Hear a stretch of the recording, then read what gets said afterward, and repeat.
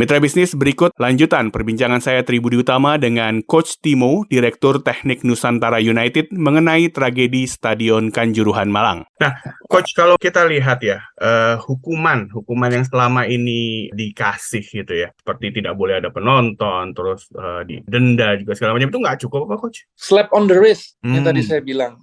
Pertama kali dalam sejarah ada tugu. Kalau orang lihat tugu di perempatan jalan, itu kan sejarahnya itu kan hukum ditulis di tugu. Ditaruh di perempatan jalan, supaya orang-orang semua tahu hukum. Itu yang memulai itu Hammurabi. Ya. Code of Hammurabi. Dan Code of Hammurabi itu salah satunya jembatan runtuh, mengakibatkan korban jiwa. Insinyurnya dihukum mati. Dari Code of Hammurabi kita juga dapat tooth for tooth, eye for an eye, yang kemudian di Alkitab di quote juga oleh Yesus. Itu Code of Hammurabi. Nah, kenapa Code of Hammurabi ini penting? Pertama kali hukum itu diketahui oleh semua orang, dan kedua, hukumnya ini keras. Bahkan kita bisa bilang mungkin terlalu keras, tapi efeknya apa? Ada efek jera. Hukum kita nggak ada efek jera. Kalau di luar negeri ada nggak sih, Coach? Maksudnya hukuman yang memberikan efek jera, apakah mereka sudah melakukannya juga? Sekarang lihat Juventus dengan kasus pengaturan skor, langsung degradasi. Di Jerman, kasus supporter yang neonasi dan sebagainya, semua ditangani dengan serius gitu loh. Sehingga kemudian ada bedanya di kedepan hari itu ada bedanya. Nah sekarang kemarin tuh satu sisi kan kita bilang memang dari sisi penonton kedaerahan tidak bisa menerima kekalahan gitu ya.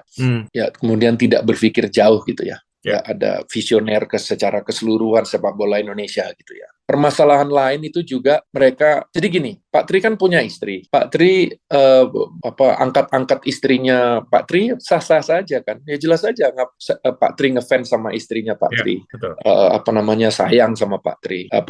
Fanatik dengan istrinya Pak Tri. Silahkan. Kan sama juga dengan agama. Istri kita atau agama kita silahkan.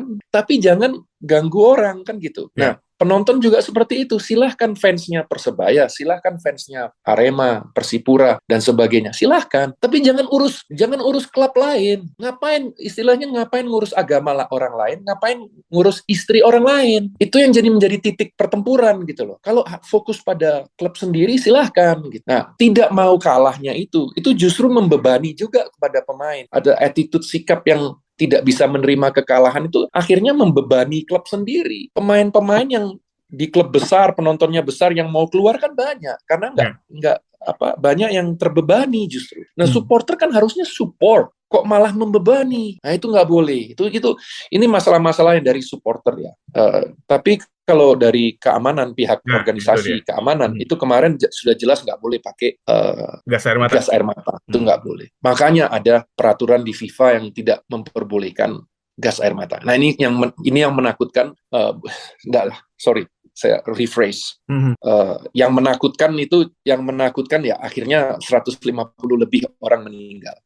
Gara-gara salah satunya gas air mata ini. Oleh karena itu kan nggak boleh. Nah sekarang pikirkan aja, orang nggak bisa nafas, orang matanya tertutup, padahal jumlah penontonnya banyak, ya jelas aja dong banyak yang keinjak-injak. Nggak usah jadi pakar keamanan untuk paham itu gitu. Kemudian yang tadi saya juga bilang side effect lah. Ini bukan sesuatu yang menakutkan, tadi saya bilang bukan. Yang menakutkan itu 150 orang lebih meninggal. Itu waduh udah nggak bisa ngomong dah. Tapi side effect-nya bisa saja kita di-ban FIFA. Nah, karena itu peraturan FIFA, nggak boleh pakai gas air mata. Ya, berarti kemungkinan besar ya kita bisa di-ban ya. Padahal kita mau jadi penyelenggara juga kan U20 ya. U20 ya, itu kita lihat memang FIFA, karena FIFA ini kan jangan dianggap FIFA ini clean. Ya, kalau FIFA clean ya Qatar, Piala Dunia di Qatar aja pasti sudah ditegasin lah. Tetap di Qatar nggak apa-apa. Tapi demi uang dari sana dan sebagainya lah masih bisa dimengerti.